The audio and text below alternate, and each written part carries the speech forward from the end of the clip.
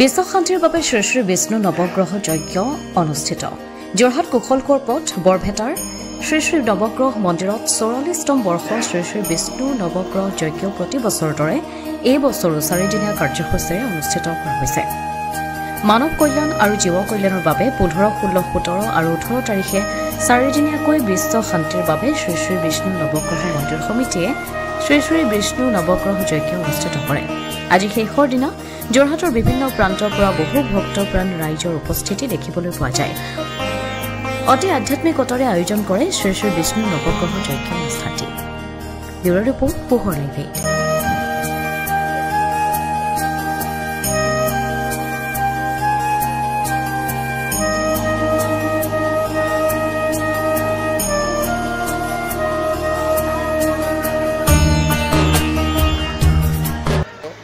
বিষ্ণু নৱগ্ৰহ যজ্ঞ মন্দিৰত 44তম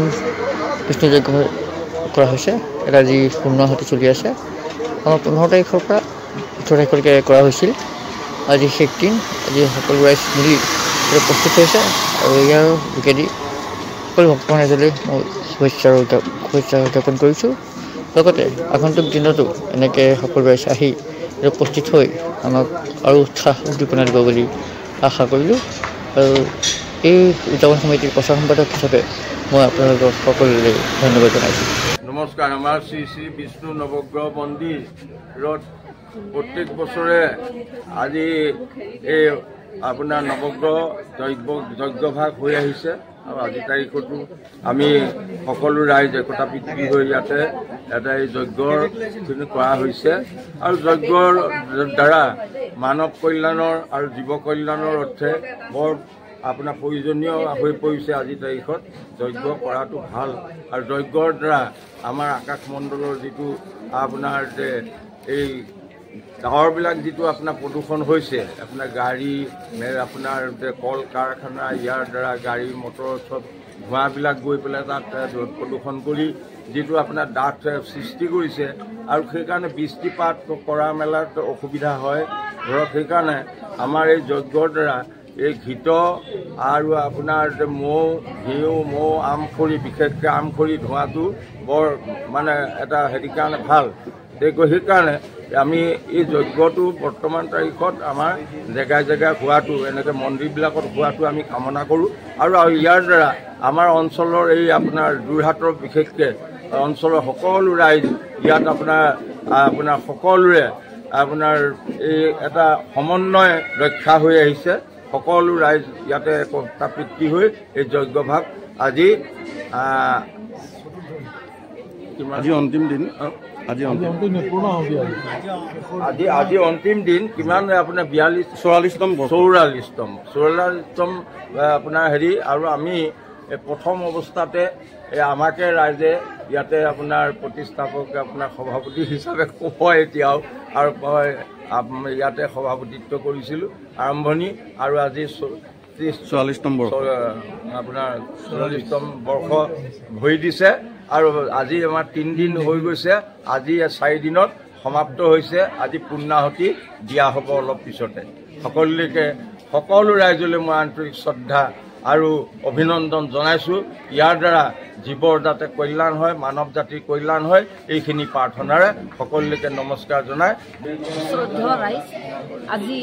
এই 44তম বৰ্ষৰ আজি যজ্ঞ উদযাপন কৰা হৈছে ইয়াত সমূহ ৰাইজৰ উপস্থিতিত আমি খুব আনন্দিত হৈছোঁ আৰু এনেদৰে প্ৰত্যেক বছৰে আমি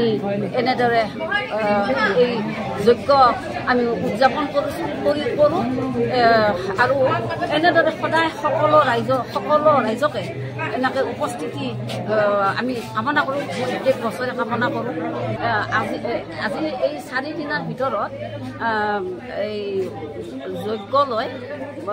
বহুত মানুহ আহিছে মানে 1000-2000 মান মানুহ আহিছে খুব ভাল পাইছোঁ প্ৰত্যেক দিনাই ধৰক 1000 মানকৈ আহিছে আমি খুব ভাল পাইছোঁ এনেদৰে সঁহাৰি জনোৱাৰ কাৰণে আমি খুব ভাল পাইছোঁ যোৰহাট নগৰৰ মাজমজিয়াত মুকলি হ'ল অত্যাধুনিক সা সুবিধাযুক্ত বিলাসী অতিথিশালা শ্ৰাংগিল্লা হোমষ্টে দৈনন্দিন জীৱনৰ ব্যস্ততাৰ মাজত অকণমান সময় বা এটা ৰাতি এটি শান্তিৰ সেউজীয়া ঘৰুৱা পৰিৱেশত নিজৰ প্ৰিয়জন অথবা পৰিয়ালৰ লগত কটাব বিচাৰিছে নেকি আপুনি